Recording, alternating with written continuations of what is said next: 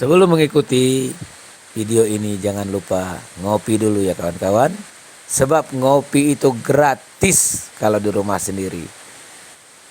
Baik, sudah ngopi? Kalau belum ngopi siapkan kopinya dulu.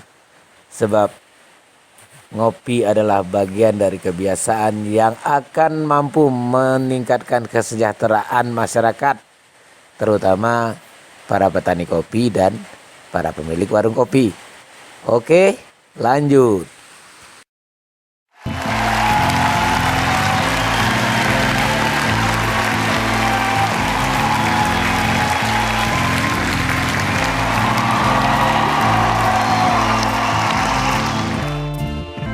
Assalamualaikum para sosiawan yang budiman.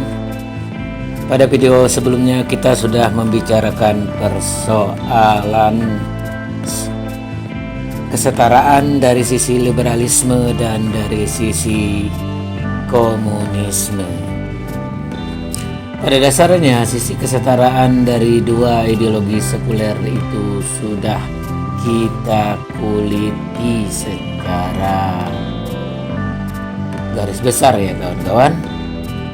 Kali ini kita akan membicarakan persoalan lain yang juga menjadi polemik dalam kehidupan ini.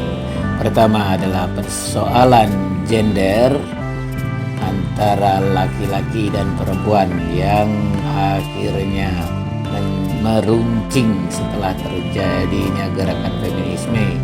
Kemudian persoalan rasis ketika orang kulit berwarna menuntut kesetaraan dengan orang kulit putih.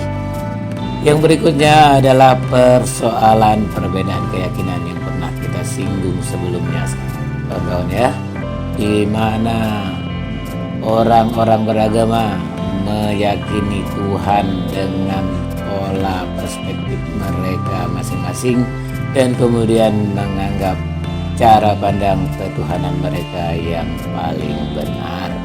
Maka dalam hal ini barangkali persoalan kesetaraan itu sudah tuntas oleh dua ideologi besar, yaitu liberalisme dan komunisme yang merupakan pecahan daripada perjuangan 1817 di Revolusi Prancis tentang sosialisme dan humanisme. Namun di sisi lain, perbedaan juga tetap terjadi karena beberapa hal.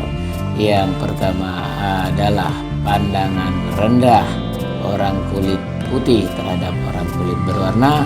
Yang kedua, pandangan rendah laki-laki terhadap perempuan. Yang ketiga adalah pandangan rendah orang yang beragama ini terhadap orang yang beragama itu, atau orang beragama A terhadap orang beragama B ya kawan-kawan. Maka dengan pandangan-pandangan yang seperti itu maka terjadilah konflik di mana dua kelompok masyarakat juga akhirnya bertentangan karena sisi pandang mereka itu. Apa yang menyebabkannya kawan-kawan? Itulah yang disebut dengan stereotip. Stereotip adalah cara pandang sekelompok masyarakat terhadap sekelompok masyarakat lainnya yang umumnya negatif. Seperti pandangan orang kulit putih terhadap orang kulit hitam, di mana orang kulit hitam dianggap lebih rendah cara berpikirnya dibandingkan orang kulit putih, sehingga mereka berada di kelas bawah atau di kelas budak. Atau dominasi laki-laki terhadap perempuan yang menganggap perempuan lemah dan inferior juga menyebabkan pertentangan gender antara laki-laki dan perempuan. Baik kawan-kawan, tidak memperpanjang mukadimah, mari kita bahas satu persatu persoalan ini. Baik, kita lanjutkan pembahasan ini. Kali ini kita akan membahas persoalan kesetaraan dari sisi gender. Kita semua mengetahui bahwa dalam hidup ini ada malam, ada siang, ada tinggi, ada rendah, ada tampan, ada culun, ada cantik, ada jelek, ada laki-laki, ada perempuan. Bagi yang tersinggung, maaf ya, apabila kebetulan diberikan wajah culun, itu sudah nasibmu. Tidak seperti Mimin yang merasa tampan, walaupun sebenarnya nggak tahu ya.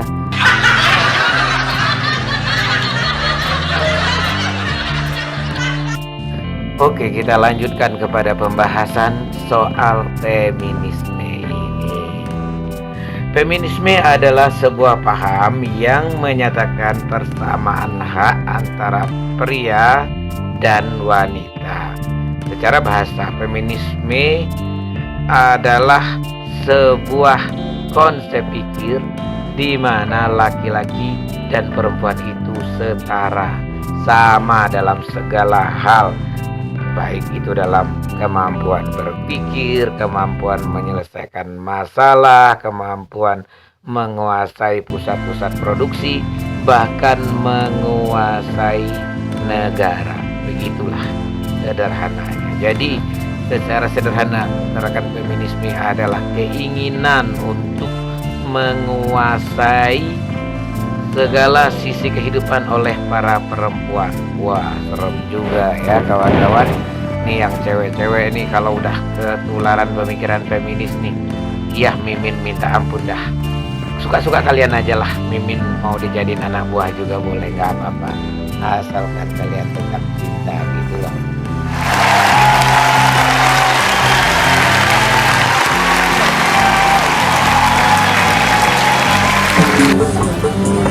Masa aku nangis?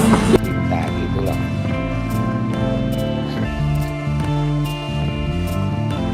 Feminisme itu berkembang pada abad ke-15 sampai 18 loh kawan-kawan, di mana mereka para perempuan itu merasakan adanya tekanan yang di luar peri kemanusiaan oleh para laki-laki.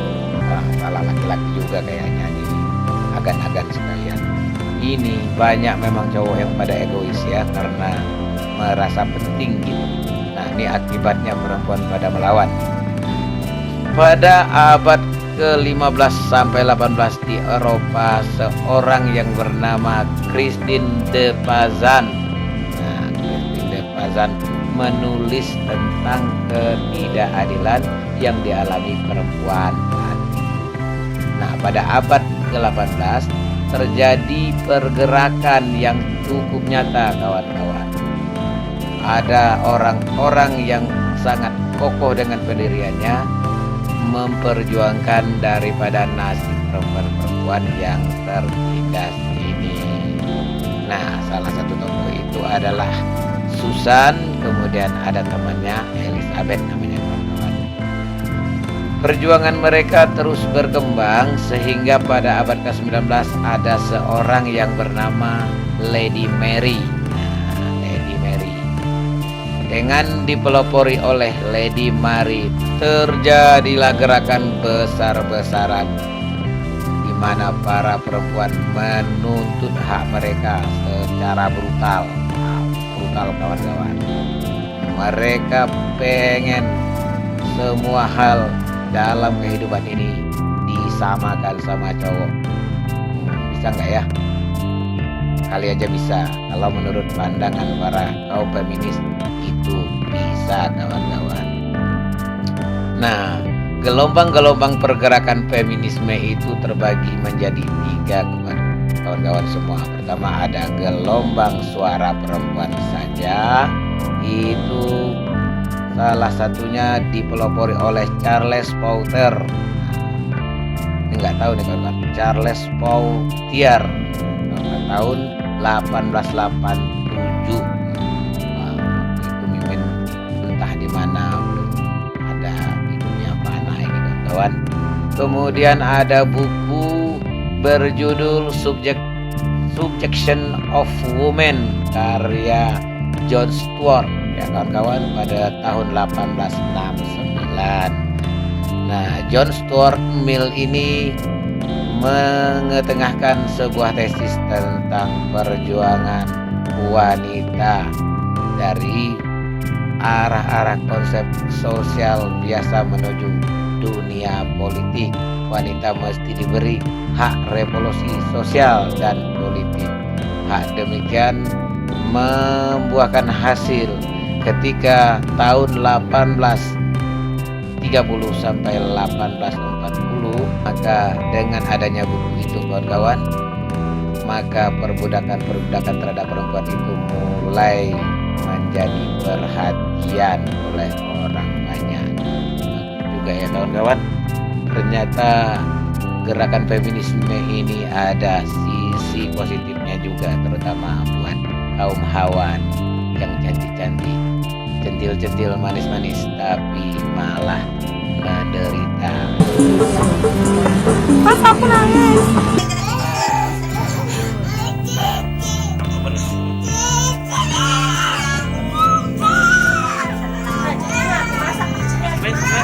Ya. Kemudian kawan-kawan, kita lanjutkan pada gelombang kedua. Nah, gelombang kedua ini terjadi pada tahun 1970. Nah, tokoh utamanya pada waktu itu salah satunya adalah Helen Sieckhaus. Nah, Yahudi Perancis kawan-kawan, orang Yahudi tapi di Perancis ya kawan-kawan. Nah, dia kelahiran Algeria kawan-kawan, kemudian menetap di Perancis. Nah, tujuan utama gerakan ini adalah untuk memberikan kebebasan wanita yang sering dikungkung kawan-kawan. Wanita yang sering dianggap lebih rendah daripada laki-laki. Wanita yang sering dibully, dianggap lemah, dianggap nomor 2, dijadikan kayak apa kawan?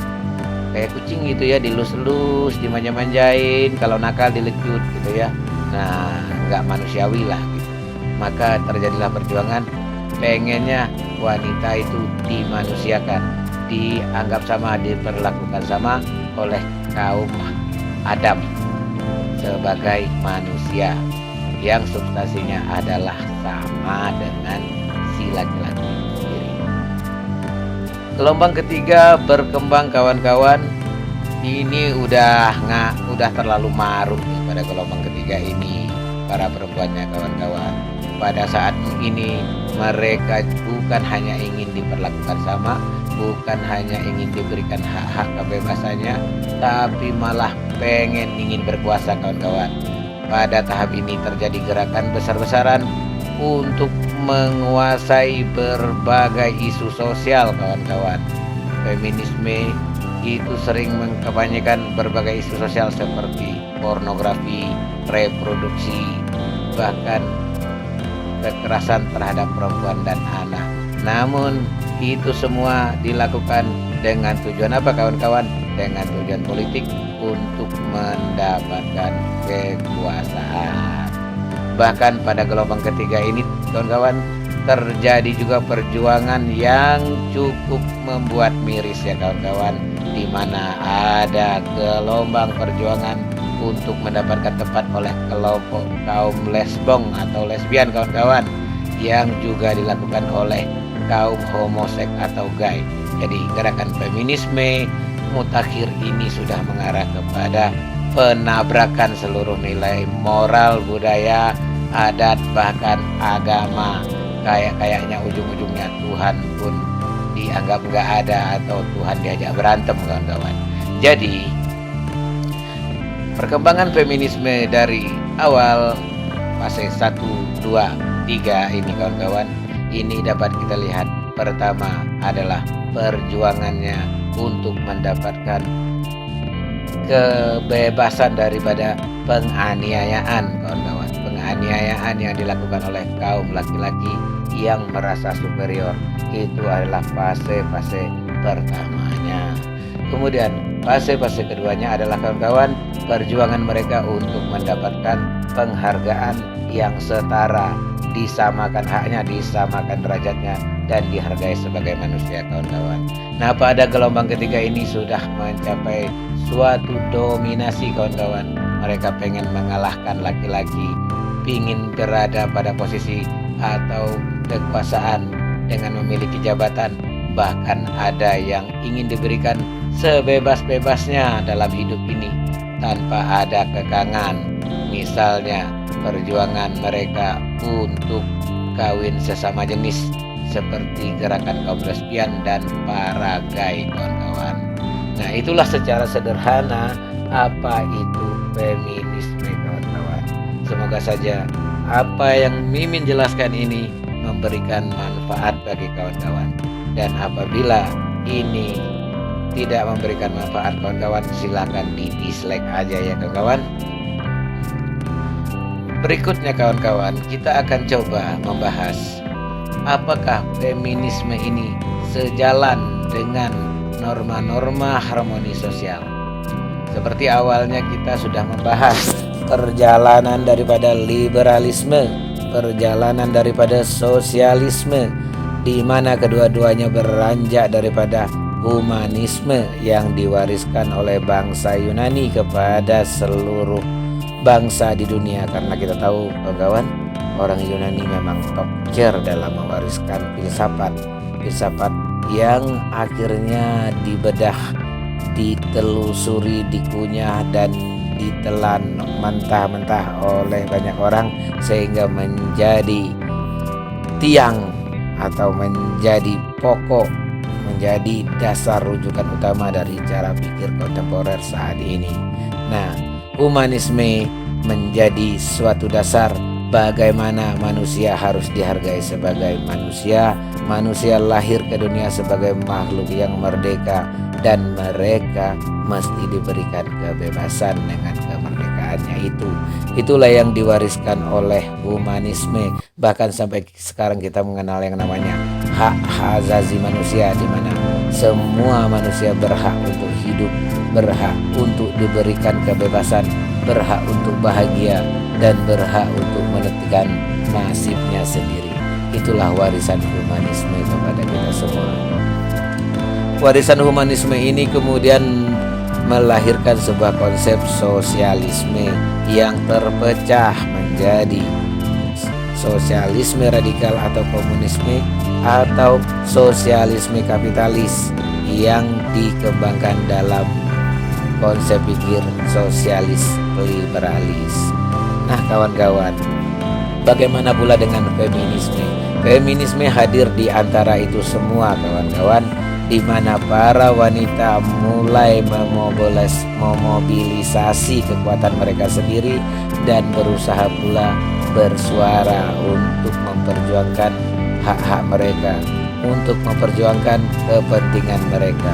Walaupun pada akhirnya perkembangan daripada perjuangan itu berubah menjadi dominasi, kawan-kawan, namun pergerakan awal dari feminisme itu adalah membebaskan wanita daripada kediktatoran, kesombongan, keangkuhan, dan superioritas laki-laki yang egois. Jadi, dari satu sisi feminisme adalah gerakan positif untuk para wanita memperjuangkan hak-haknya. Namun pada perkembangan terakhir, feminisme telah dipelintir ke segala arah sehingga sampai kepada pemahaman bahwa wanita bisa hidup bebas sesuka-sukanya hingga melabrak, melanggar, dan menghancurkan nilai moral, bahkan nilai-nilai ketuhanan. Oke, kawan-kawan, sampai di sini pembahasan kita sudah hampir di ujungnya. Sebelum kita mengakhiri video ini, Mimin ingin sedikit mereview apa yang telah kita bahas ini dan memberikan sedikit polesan agar tidak menjadi bumerang bagi kawan-kawan yang baru dalam tanda petik memahami persoalan-persoalan ini. Bagi yang sudah lama mungkin lebih paham dari Mimin kali ya. Ya, dengar aja. Kalau memang Mimin salah di komen ya. Begini, kawan-kawan. Perkembangan kapitalis dan perkembangan komunis itu semua beranjak daripada cita-cita manusia untuk mendapatkan kebebasan dalam hidupnya, kawan-kawan. Awalnya dominasi feodal dan dominasi para pemilik modal, para pemilik tanah, kaum borjuis memang menjadi sebuah beban yang membuat banyak orang menderita. Bahkan Perbudakan yang terus dipraktekkan juga membuat sebagian manusia bagaikan binatang peliharaan bagi manusia lain. Maka revolusi Perancis telah membebaskan manusia-manusia lemah dari perbudakan, dari tekanan, dari penguasaan orang-orang yang berkuasa atasnya, dengan terjadinya gerakan baru yang disebut dengan gerakan sosialisme, kawan-kawan.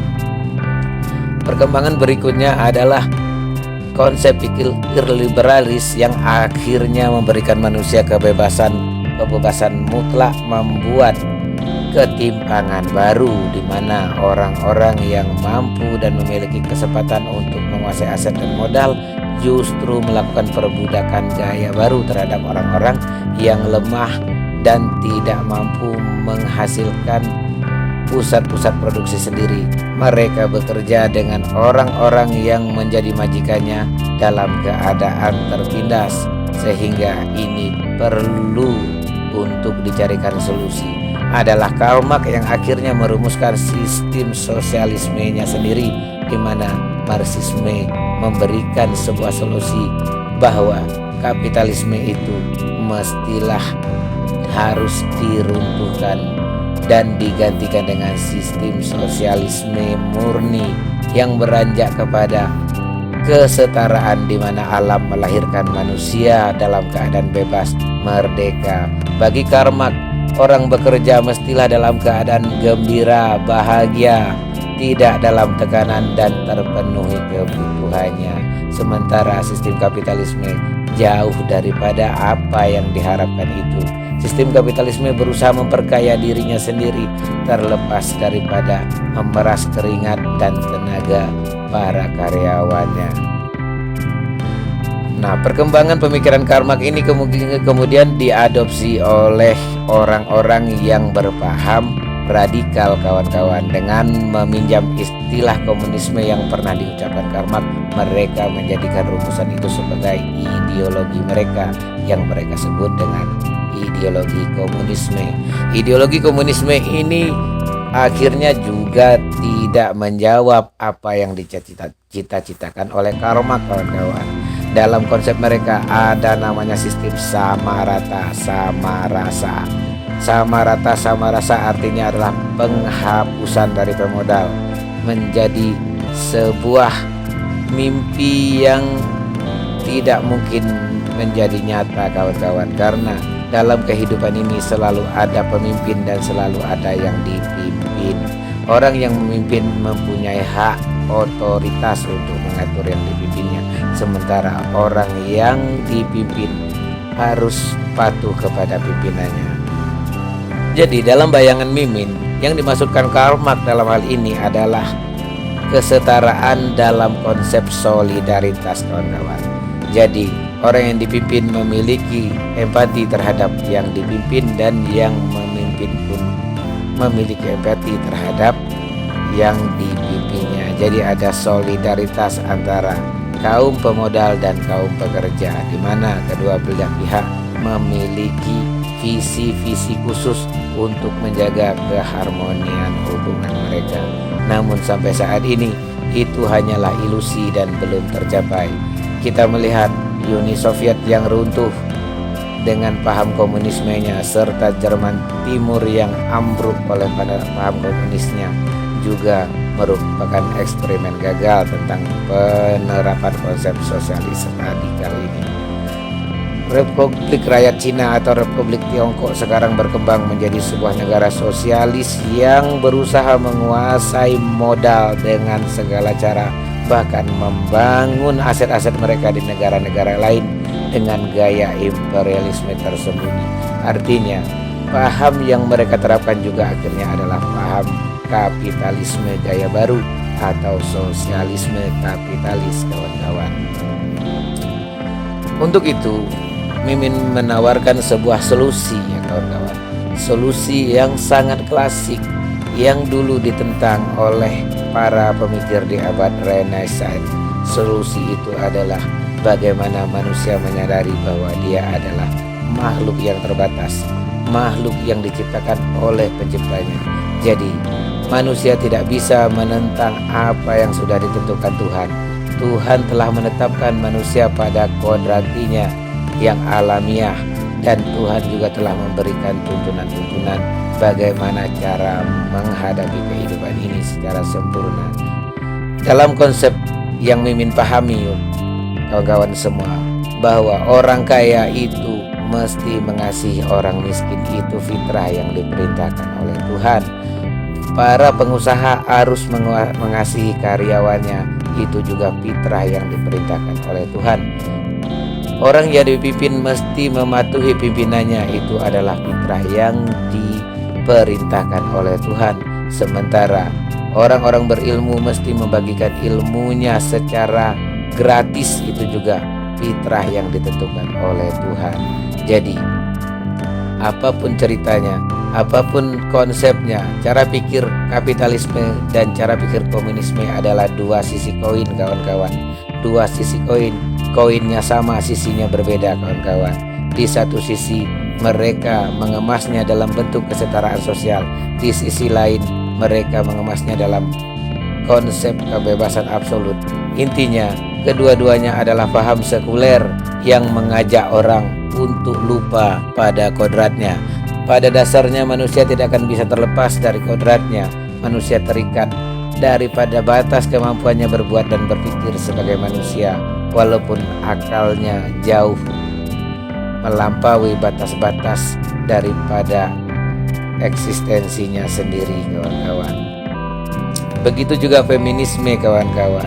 Apabila kita merujuk kepada ajaran agama-agama, maka banyak orang-orang sekuler yang menafsirkannya sebagai penjajahan terhadap wanita, kawan-kawan. Namun kawan-kawan bisa melihat alam bersifat harmoni dan berada pada posisinya sendiri-sendiri, kawan-kawan. Gunung yang tinggi menjulang menjadi pagar atas angin untuk menaungi lembah dari angin kencang, kawan-kawan. Laki-laki yang superior fungsinya adalah melindungi kaum wanita daripada bahaya, daripada ancaman-ancaman yang berada di luar keluarganya, kawan-kawan. Namun apabila si laki-laki itu tidak mampu melakukan itu, maka secara bimbingan yang telah ditentukan oleh Tuhan dari agama-agama yang Mimin pahami, kawan-kawan, laki-laki itu juga tidak dianggap sebagai orang yang baik, bahkan mungkin akan diberikan hukuman apabila dia melanggar kodratnya sebagai pelindung, kawan-kawan. Sementara wanita itu diciptakan sebagai pendamping laki-laki, kawan-kawan. Mestinya dia juga patuh dan tunduk kepada orang yang melindunginya. Dalam hal ini Mimin mencoba mengistilahkannya sebagai kesepahaman. Jadi lawan daripada feminisme itu adalah kesepahaman, kawan-kawan. Selayaknya para laki-laki itu memahami posisinya dan para wanita itu juga memahami fungsinya. Oke, kawan-kawan, apabila paparan Mimin ini bermanfaat, semoga saja menjadi amal kebaikan bagi Mimin dan juga menjadi amal kebaikan bagi kawan-kawan yang mendengarkannya. Apabila ada kekurangan atau kesalahan Mimin dalam memahami ilmu pengetahuan, maka kepada Tuhan Mimin meminta ampun dan kepada teman-teman Mimin meminta maaf. Sebelum kita berpisah, kawan-kawan, Mimin tak akan lepas-lepas berpesan bahwa kebenaran sejati adalah milik Tuhan, sementara manusia hanya berusaha bijaksana untuk mendekati kebenaran itu, kawan-kawan. Jadi kebenaran di atas dunia ini adalah kebenaran yang sifatnya imajinatif, dalam bayangan, dalam khayalan dan dalam harapan, sementara kebenaran sejati dalam genggaman Tuhan. Oke, kembali kepada kawan-kawan, apa yang kita miliki semua di dunia ini adalah sementara, kawan-kawan. Apabila ada ilmu yang banyak, kawan-kawan, ilmu itu hanyalah setitik embun yang tidak terlihat dibawa oleh angin ke sana ke sini, kawan-kawan. Karena ilmu Allah itu jauh lebih luas daripada itu semua.